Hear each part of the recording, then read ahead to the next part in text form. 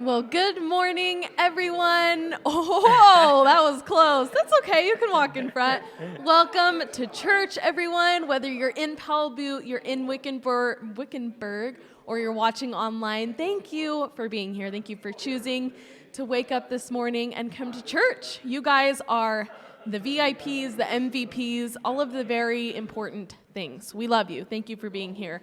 Hope everyone had a wonderful Christmas. I've got Levi, my sidekick, here. Yes. Levi, how was your Christmas? It was great. Good. Yeah. Good. Yeah.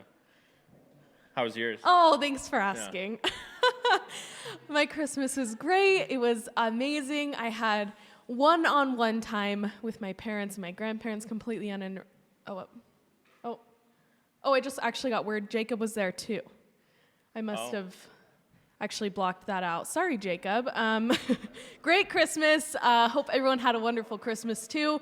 If you're on the live stream, or even if you're in person at a location, get on the live stream and comment what your favorite part of Christmas was. And if you haven't yet, share the live stream. Let's get to 100,000 shares today. Wow. You think we can make it? I like it, yeah. I think so. Let's see, my notes here, my notes. Another huge thing, it's my mom's birthday today, so happy birthday to my mom. I can't believe Holly. you're 36 today. I don't look a day over 30, Mom. All right, you guys, well, I don't have any super important announcements at first. Do you have any important announcements? No, I don't Really? think so. Okay, Yeah. well, that's it. Again, share the stream, comment, like, and we're just going to hop right into the service. One quick note.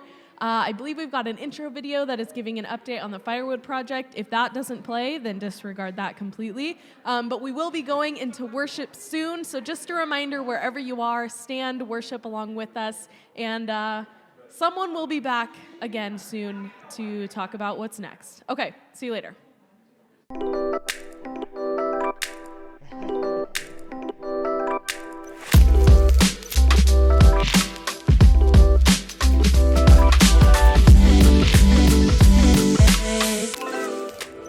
I'm Brandon Grindle, and I'm heading up the firewood project here at Shiloh.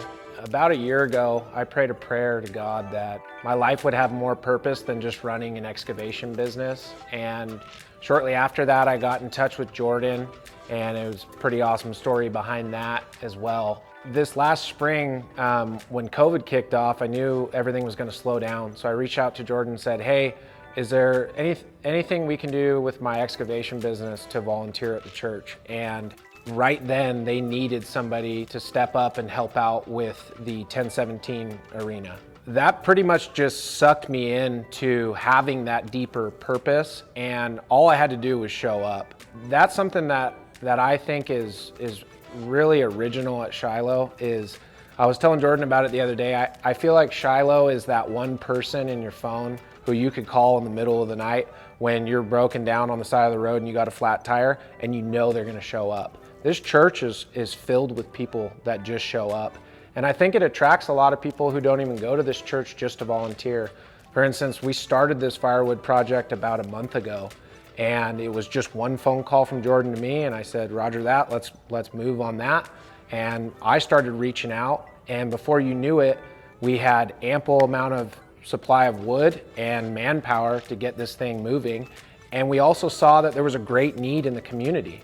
His goal for the winter was to keep people fed through the 1017 project and try and keep them warm.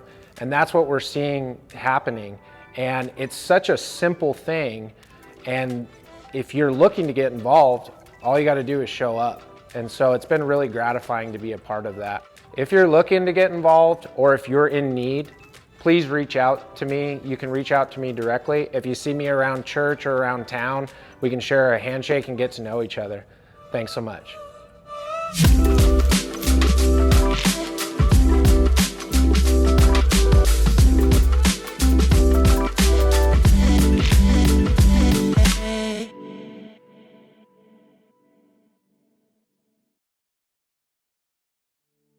You are here, moving in our midst. I worship you. I worship you. You are here, working in this place. I worship you. I worship you. Sing it one more time. You are here, moving in our midst.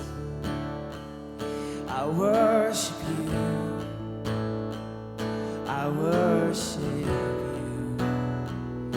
You are here, working in this place. I worship you. I worship you.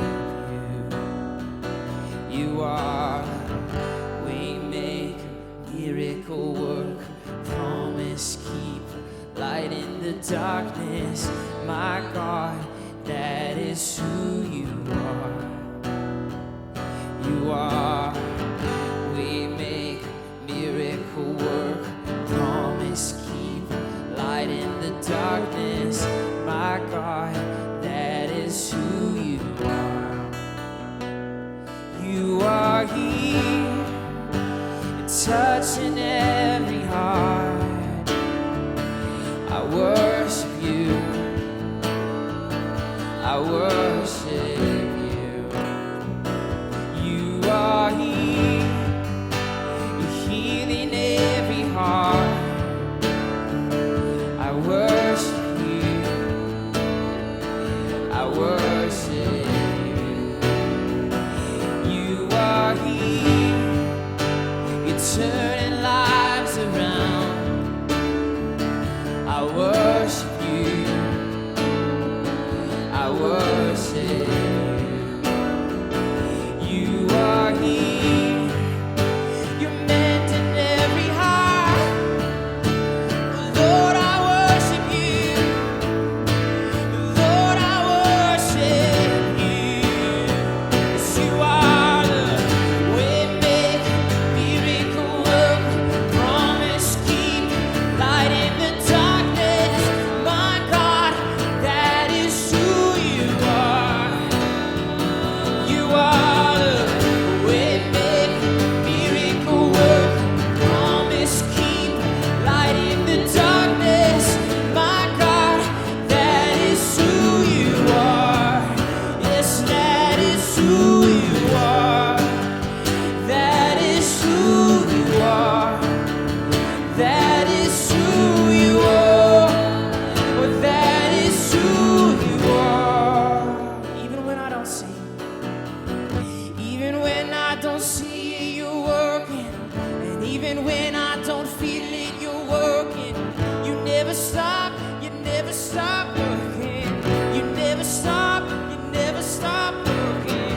Oh, even when I don't see it, you're working. And even when I don't feel it, you're working. You never stop working. You never stop. You are waymaker, miracle worker, promise keeper, light in the darkness. My God, that is who you are. You are the waymaker, miracle worker, promise keeper, light in the darkness. My God, that is who you are. That is who you are. Yes, that is who you are. That is who you are. That is who you are. You are waymaker, miracle worker, promise keeper, light in the darkness. My God, that is who you are. You give life. You are love.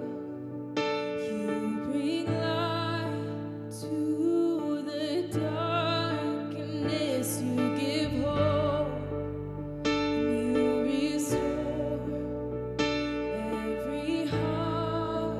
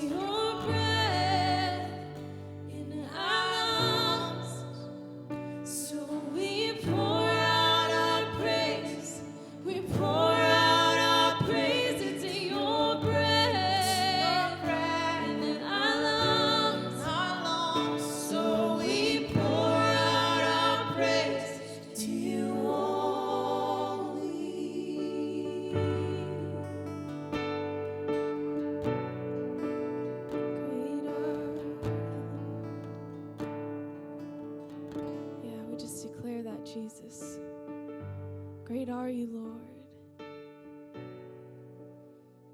God, we know that you are the way maker, miracle worker, and promise keeper. God, we just thank you for this time of worship.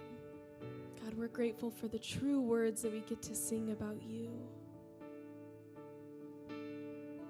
God, help us to sing and lift our voices in worship until our lungs give out. We love you. Amen. We know that giving is a part of the community. We know that giving is a part of the church culture. And what we're finding is that people are starting to feel at home here online. I can prove it by the fact that people are starting to participate even at a financial level. Thank you for everybody who's jumped on, who's making this platform work. We want to grow this platform in the next season. Even as the quarantine is beginning to lighten or lift, or depending on your area, we want to make an impact online in the coming years. Proof of that, we'd already started before the lockdown. So if you want to be a part of Shiloh Ranch online, you can do so by going to 77977, texting the word Shiloh Ranch. Mail can be sent to P.O. Box 177, Powell, Butte, Oregon, 97753. I love how connected we're feeling, and I'm going to ask that we continue that into the next season. All right. Well, if you guys remember, a few weeks ago, we started a new series and only did one part, and today is going to be the second part of that. So we're excited. If you haven't seen the first part, Levi, let them know how they can go back later and watch that. Well, you can always go back and watch on our Facebook or our YouTube, also our website. Yeah, So lots of different avenues. So yeah, make sure you're following and liking the Facebook page, you're subscribed on YouTube, download the app, lots of different ways that you can go back and rewatch old sermons. Make sure if you haven't yet, after today, go back and watch the first part of this series. We'll make sure and put a title or a link in the comments section. But enjoy, make sure and take notes. This is going to be an awesome sermon. I'm so excited to hear it. And just one final reminder to share the stream so that your friends and your family can hop on either now or it'll show up on their timeline later and they can tune in as well. So right after the sermon, we're going to be going straight into worship again. So wherever you are when worship begins, please stand, worship along with us. And I think that's all I have. All right, guys, we'll see you again soon. So we are on week 2, not in a row, because that's not how series work at Shiloh, because we're not a real church. We're in the second week of a series that is being played out of order because Christmas, but it's this concept of God's authority, looking at God's authority and trying to consider God's authority from a biblical perspective rather than our human perspective. And the title of the series has been Flex, because it seems like there are times where in the Bible, God just has to or chooses to go above and beyond. Like that moment when he answers Job specifically and in detail over the course of 3 chapters, he just goes above and beyond, demonstrating his authority for the benefit of Job. You know, that God's authority, if we see it accurately, the way that we're supposed to see it, it's that God demonstrates who he is to put us back into alignment. And so the concept of the series is called Flex. We're going to start in Mark chapter 5, the end of verse 24. It says, a large crowd followed and pressed around him. And a woman was there who'd been subject to bleeding for 12 years. She'd suffered a great deal under the care of many doctors and had spent all she had. Yet, instead of getting better, she grew worse. When she heard about Jesus, she came up behind him in the crowd and touched his cloak, because she thought, if I touch his clothes, I will be healed.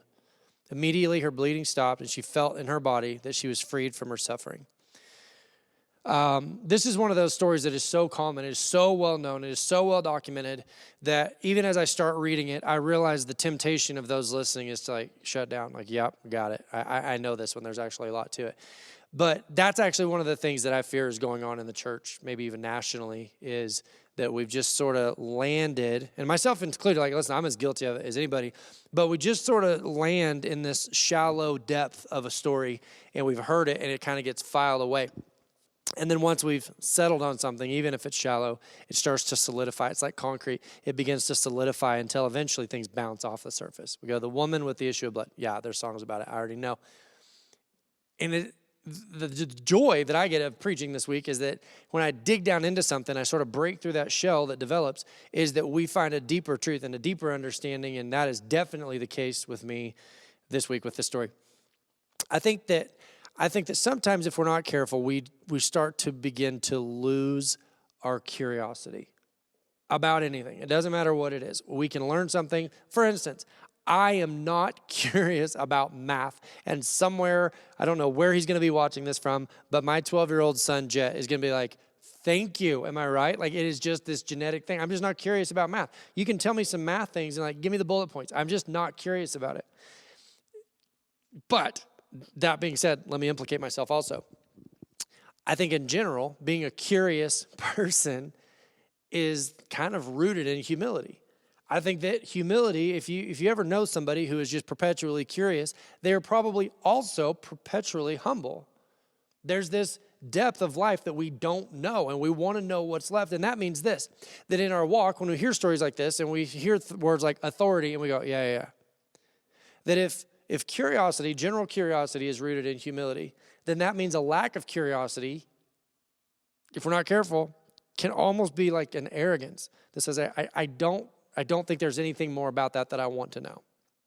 So I'm setting the place because we're about to dig into a story that I'm sure most of us have heard, this woman with this lifelong plague finding her way to Jesus and Jesus healing her, but that is only just the surface layer of what's going on here.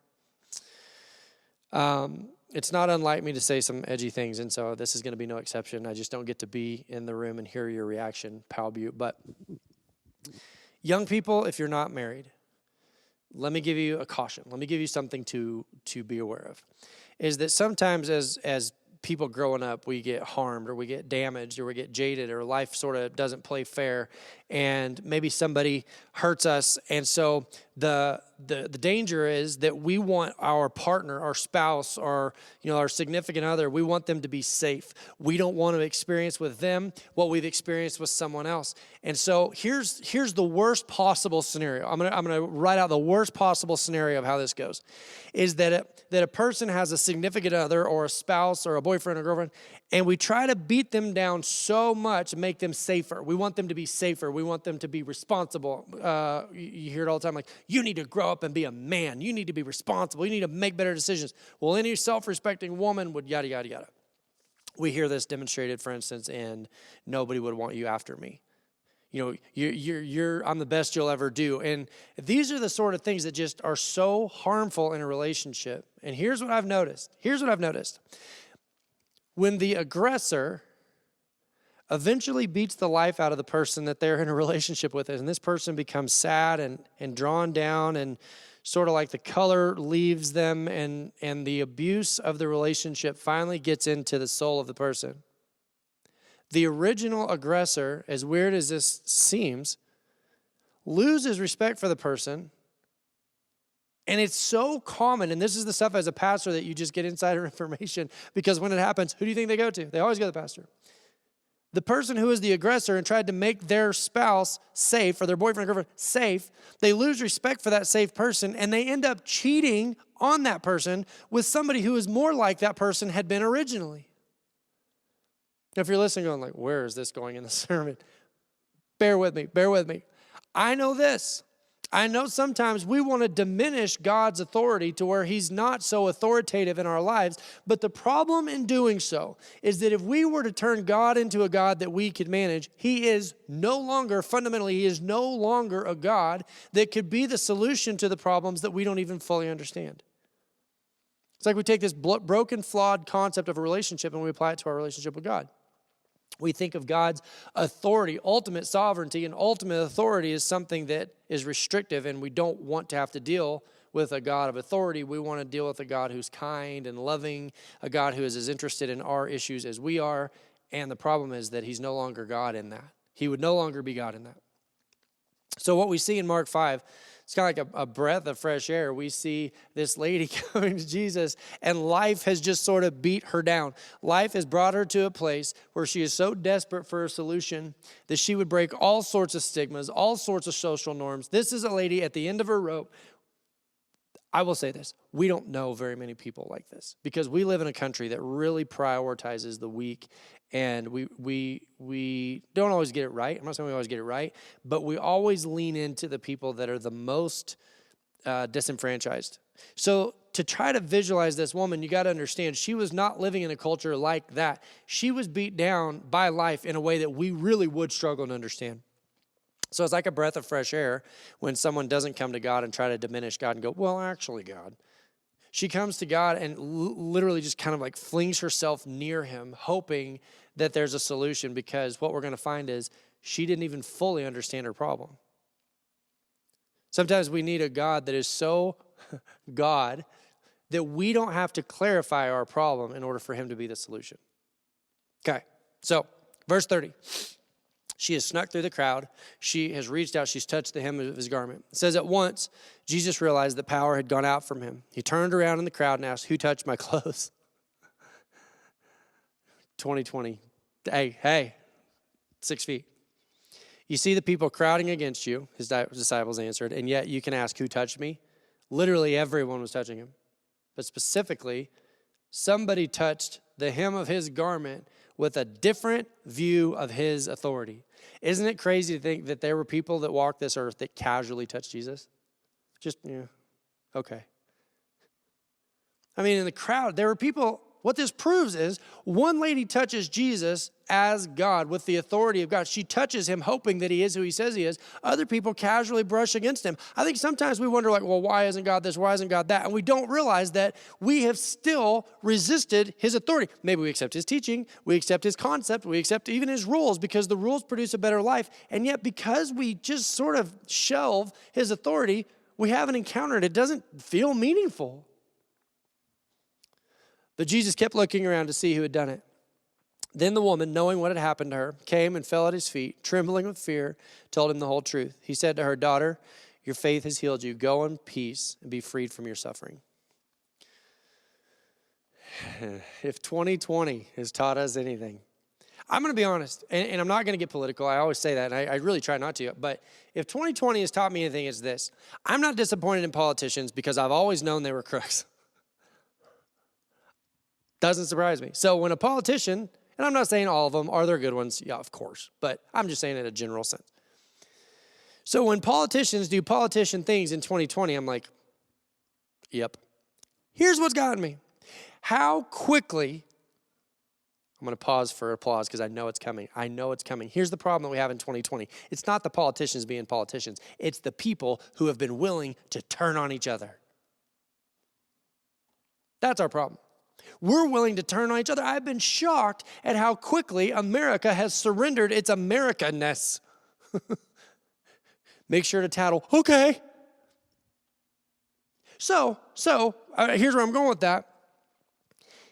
If you see how militant people have become about, like, put on your mask, what do you want to kill us all? Or, I don't have to wear a mask. Just the division in general. I now have a deeper understanding of what this woman had been experiencing because of the issue that she had, because of her blood disease. She was living ceremonially unclean. According to the law, she was unclean, and everything she came in contact with was unclean. And I've always heard that, like, yeah, that'd be terrible. No, she had a positive test. She had tested positive, and everything she touched also tested positive. And now when you see how awful people can be to each other, and you go back in time to when women were second-class citizens and they didn't feel this obligation to lift up the poor, they literally would have treated this woman as subhuman. This lady had lived a terrible existence, and there was nothing she could do because she had a disease that she couldn't fix. People were armed with shame and superiority. Shame and superiority. How dare you? How dare you? No, how dare you? 6 feet, please. That's not even the worst part. That's part of it. I mean, that's bad, but that's not even the worst part. Can you imagine the science that the doctors were operating under? I mean, literally, the doctors were operating under superstition back then. So if somebody comes in with an issue they can't fix, it's expensive. And she is literally, like all of us, when we have a problem, we try to fix it ourselves. It's just in our nature. She's trying to fix herself. She's going to the doctor. She's spending everything she has. She is giving everything she's got. And you know the doctors. I know this without even digging very deep. I know this, is that at some point the doctors would go, well, what we're doing isn't working. Maybe this is a punishment. Maybe this is actually, the blood disease is actually more of a spiritual problem. Is there something you need to tell us? You know that was it. She can't find treatment. She spent everything. You know what's crazy is that the lepers, they were considered unclean too, but at least they had a colony of people. At least they had a group or a tribe. And like sometimes I feel like people can get through anything if they got people just that share their suffering. And like even as bad as leprosy was, and it was, I'm not saying it wasn't, she didn't even have that.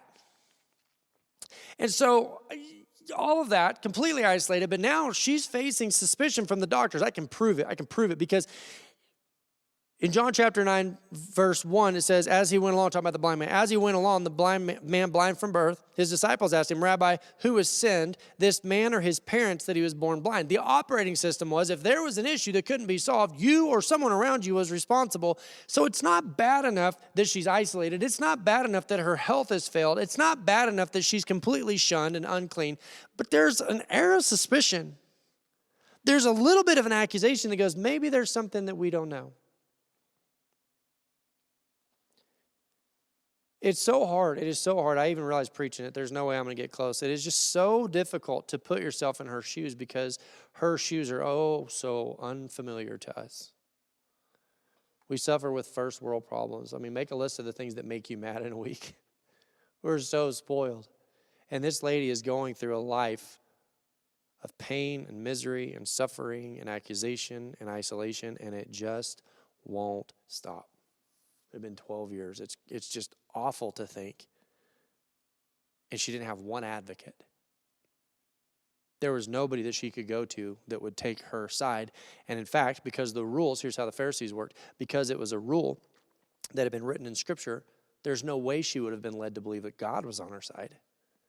God's not on your side. He's the one that made these rules. You've offended God somehow. If God wanted to fix you, he could. Ever been there?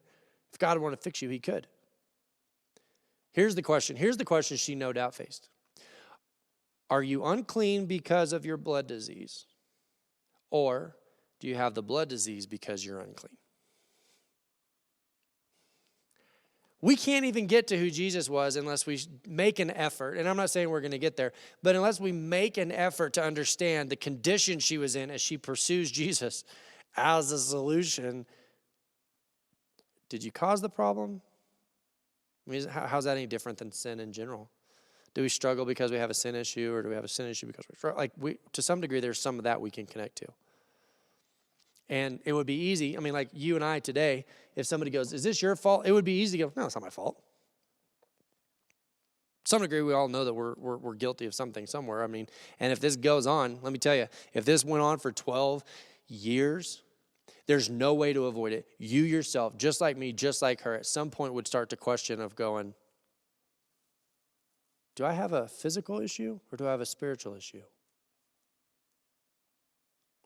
I think sometimes sitting in church, we feel isolated. And I know that there have been times in my life where I would sit and I would listen. And I would go, do I have a problem because I'm spiritually broken? Is this actually, I remember I've said it, some of the most dark times in my life, I would say, I think my Christian bone must be broken. And you know that somewhere within this course of 12 years, when God just had not healed her, she had to begin to wonder if she had a spiritual issue. And maybe that's where we find her. Maybe that's exactly where we find her, is that she wasn't going to Jesus, oh, you're going to love this. Stick with me. I know that this is conjecture for a minute. I'm just kind of spitballing here, but stick with me, and I'm going to tell you the order of how this all went, and I think maybe I'm right. Maybe she didn't go to Jesus for a physical healing at all. Maybe she went to Jesus specifically because of what he had just finished doing.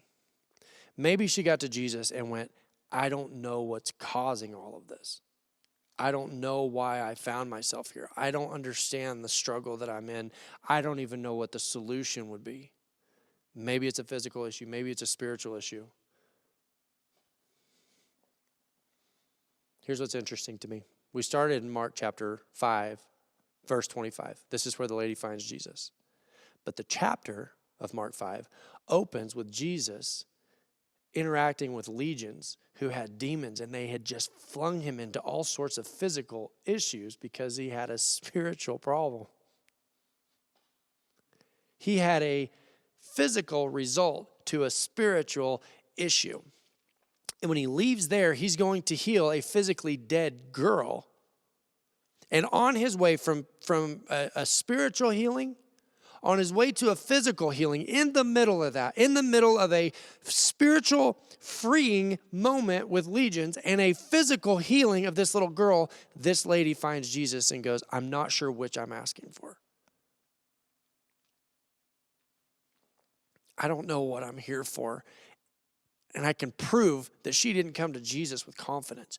She snuck in with this desperation of like, can someone please explain my problem to me?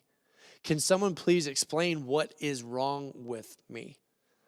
I see the results. I know the results, but I don't know the actual problem. Isaiah 64, verse 6. You go back into the Old Testament, you start to look at ceremonial unclean and moral issues and all the stuff that went into it. And Isaiah describes unclean this way. It says, but we are all. See, and this is the thing. It's easy when someone has a physical problem. It's so much easier to see than when someone has a physical problem, because a physical problem, there's no denying it. It is what it is. And what Isaiah is saying is that we're all there. We've all got a blood disease. We were born into blood disease. We were born into a disease that, are we the result or is it the result? I mean, this woman, if you understand her problem, it actually helps us understand our problem. And Isaiah says, but we are all as unclean things, and all our righteousness are as filthy rags. This is the part. And we all do fade as a leaf. And our iniquities, like the wind, have taken us away. We fade like a leaf, and the wind blows us away. That's what uncleanness does. So when she goes to Jesus, try not to think of her spiritual condition, because it would be hard to imagine. Just try to think of her physical condition. Try to just think of who she would have been after 12 years, the iron deficiency of constantly having to replenish a blood supply, a blood disease, the spiritual stuff. It's hard to even physically, or it's hard to even understand, but physically, if you understand that, just like a leaf, just like Isaiah describes this leaf, you know that her color was bad. You could tell there was something wrong just by looking at her, and like the leaf being ready to be blown away, this shriveled, sad, broken down version. Changes a little, doesn't it? It does for me. It changes a little bit when you realize this shell of a person who is almost fully lost in her condition. But pause. She wasn't just fully lost in her condition. She had fully exhausted every effort to fix it herself. That is what I understand. That is something I connect to, because I know this. It is not in my nature to run to God's authority and go, up. My nature is, I'll fix it. I'll do it. I'll go to the doctors. I'll spend my resources. I'll do everything that I can do. And so the problem is this. When her effort had failed, the doctors were stumped. Her money was gone. Oh, and her religion had failed. Ever been there? I've done everything I know to do. I literally cannot figure out why I'm this way. I cannot figure out what is going on in my life that has produced these results that I cannot clean myself up. People lost in addiction. If there's somebody listening that's battling with addiction, please understand that is where this lady, I can't do it.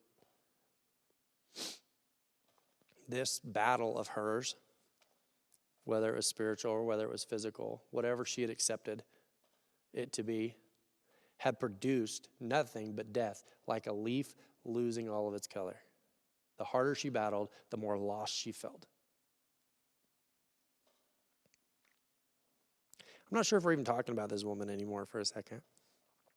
I mean, I think this is like a description of where we are, is that literally, how many times did people look back on their youth and be like, I used to be a happy person. I used to have life. I used to feel joy. I remember being happy, and what happened? So much so, that when she touched Jesus and Jesus turned around, it was like she became aware of like, oh no, I just broke the law. She wasn't allowed to be in the city. She wasn't allowed to come into contact with people. She's just bumping into people, just giving them COVID the whole way through the crowd.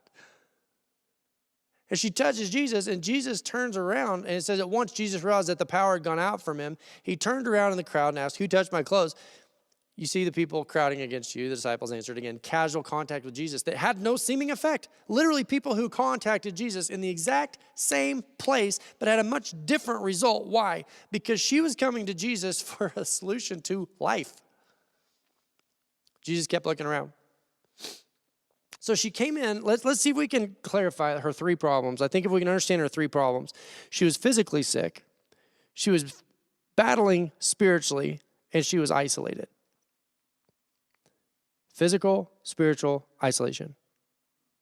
And the doubt that she exhibits had nothing to do with Jesus, because I think sometimes it's easy to believe, well, Jesus could do it, but at a personal level. But would he? Does he love me enough? Does he know me enough? It's almost like she snuck in and tried to steal it a little bit. I'll just touch him. I'll be better. Nobody has to know anything. It's fine. It's fine. I'll remain isolated. I won't get any spiritual answers, but at least I won't have the physical demonstration of my issues. So what that means is this. She didn't fully even understand what she was going to Jesus for. She didn't fully understand that she was going to Jesus for this authoritative healing that she couldn't understand. What she demonstrates in her fear of Jesus and hiding from him, she literally just went there for one of the 3. Just take away the results of the life that I've been living. I'll figure out the other 2. Listen, I don't think she was being unvirtuous. I think she literally was just so dead. Then the woman, seeing that she could not go unnoticed, came trembling. Doesn't that sound like what religion does to people? Get out here and you own your badness and you fess up to the good people and you admit that you're a bad person. She came trembling and fell at his feet in the presence of all the people. And Jesus, the first word out of his mouth when she comes and just kind of like, he says, daughter. That is an identity piece that is hard to deny. Daughter, your faith has healed you. Go in peace and be freed from your suffering. Your faith has healed you. What faith? It wasn't an intellectual grasp of Jesus. It wasn't that she had all of it sorted out. It doesn't say because you figured it out and you solved the riddle and you did it, you got it right. And there you go. There you go. You earned your healing. What was her faith? Her faith was that Jesus was a solution and she didn't even fully grasp her own problems. Jesus said, your faith in my authority, in the fact that I am God and that you're not, and that my healing goes beyond your grasp of understanding. I'm not just giving you a physical healing, I'm giving you a spiritual healing, and I'm bringing you back into identity and back into relationship and back into community. I didn't heal you the way that you asked. It's this flex moment where Jesus is like, wait till you see. Wait till you see what I'm going to do. It wasn't a fully mature or accurate faith. It was just a faith in her authority, or his authority over her own. And he says, oh, daughter, you were never lost. You were never forgotten. You were never unloved. Oh, can you imagine? 12 years. You were never unloved. You were never rejected by me. Well, if I wasn't rejected by you, what else matters? He just demonstrated his authority. He just tells her who he was.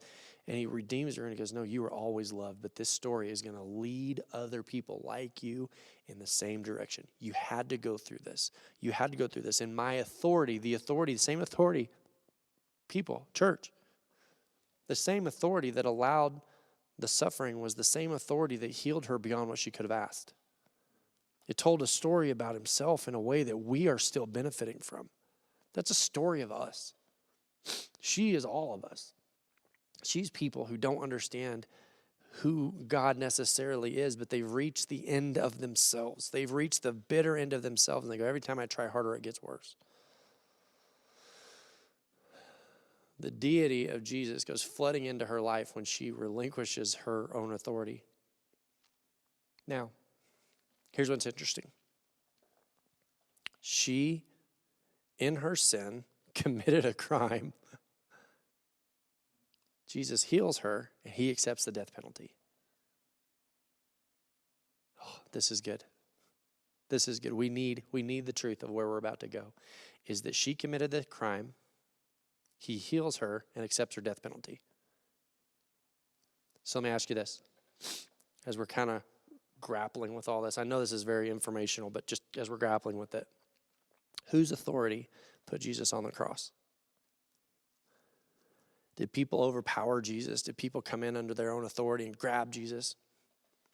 John chapter 10, 18, Jesus says this. This is vital. This is vital for our understanding of God's authority. As we're learning to submit to the authority of God, his authority over our own, as we're learning, this is an important thing to remember, is that Jesus says, no one takes my life from me, but I lay it down on my own accord. I have authority to lay it down and authority to take it up again. This command I received from my Father. I know that there's a story of the soldiers just pounding Jesus onto the cross, but the reality is Jesus walked up to the cross and voluntarily laid down on it under his own authority. Because we all had this blood disease, and no matter what we tried to do, the efforts, it was just a losing fight, and we'd spent everything, and we'd gone everywhere, and we'd done everything. Was it a physical problem? Was it a spiritual problem? Well, we were just lost. And somewhere between the Jesus who was freeing legions and healing a dead woman of a dead girl, we find ourselves literally right in the middle looking for a miracle that goes, I don't know which one, but I know that I'm done. My authority has run out. And Jesus goes, well, it's my authority that put me on the cross, and it was my authority that raised me from the dead. It is me. It is my authority that can heal you of your blood disease, whether that's physical, whether that's spiritual, whether it's isolation, whatever the case may be. We don't come to Jesus when we fully grasp our problem. We come to Jesus when we fully accept his authority. It's his authority. Says that he laid down his life for those leaves that had just sort of dried up and were about to be blown away and lost forever. It says that that's who Jesus, under his own authority, laid his life down to save. It was a flex that we didn't even know to ask for. And when you think of it, when you think the authority of Jesus is the thing that grants us freedom from our blood disease. It's his authority that gives us life. It is his authority that gives us freedom. It is his authority that gives us opportunity and brings us back in and gives us the solutions that we couldn't grasp on ourselves. This is what's interesting. I had a conversation with a friend of mine yesterday, and he said, the more I get to know Jesus, the more helpless I feel. Everything I thought I was doing turned out to be wrong, and what I find is that I had nothing to bring to the table. I think that's how we know we're getting close. I think that's how we know we're getting close to the authority of Jesus, is that we no longer lean into our own virtue. Look what I did. Look how I earned it. Look what I did. We go, I'm just going to crawl through the crowd and grab Jesus and just, I don't even know what he's going to do. I just know that what I've done has failed.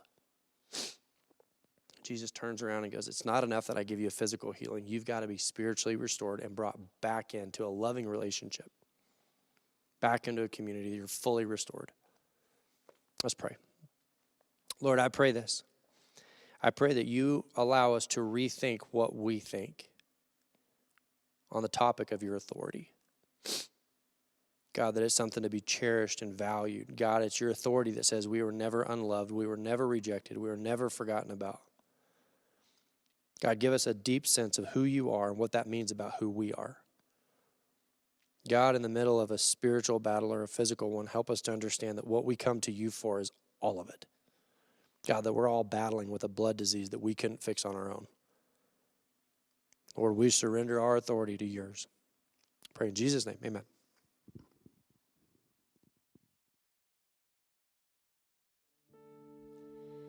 The sun comes up, it's a new day dawning. It's time to sing your song again. And whatever may pass and whatever lies before me, let me be singing when the evening comes.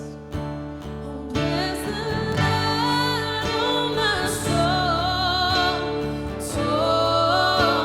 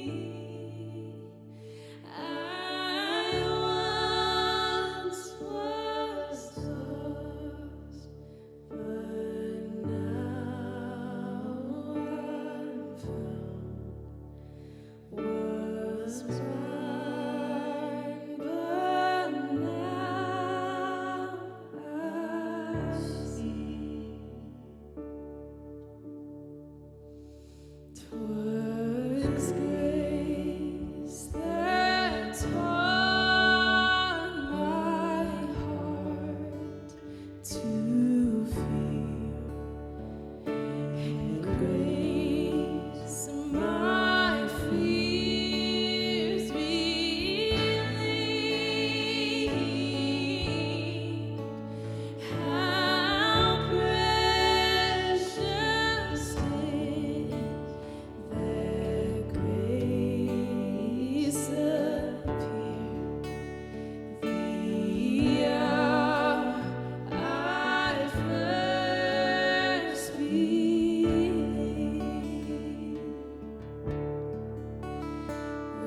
The Lord has promised good to me. His word, my hope secures.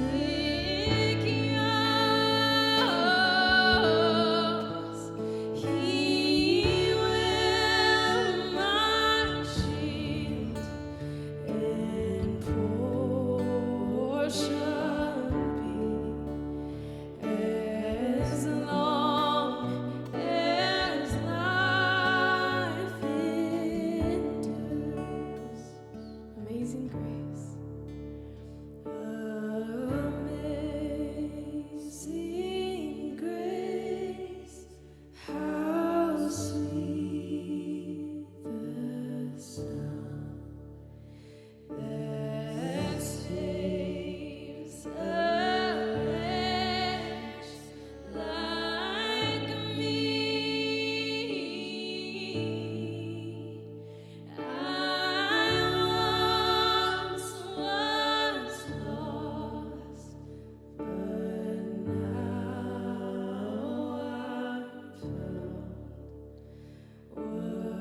Was blind, but now I see. Was blind,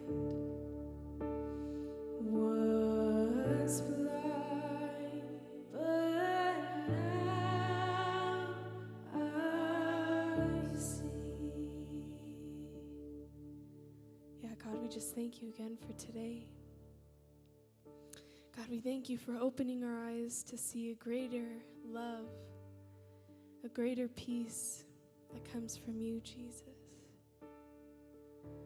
God, we just ask that you would help us to learn more about you this week. Learn more about your love and your peace that casts out fear. We love you. Amen.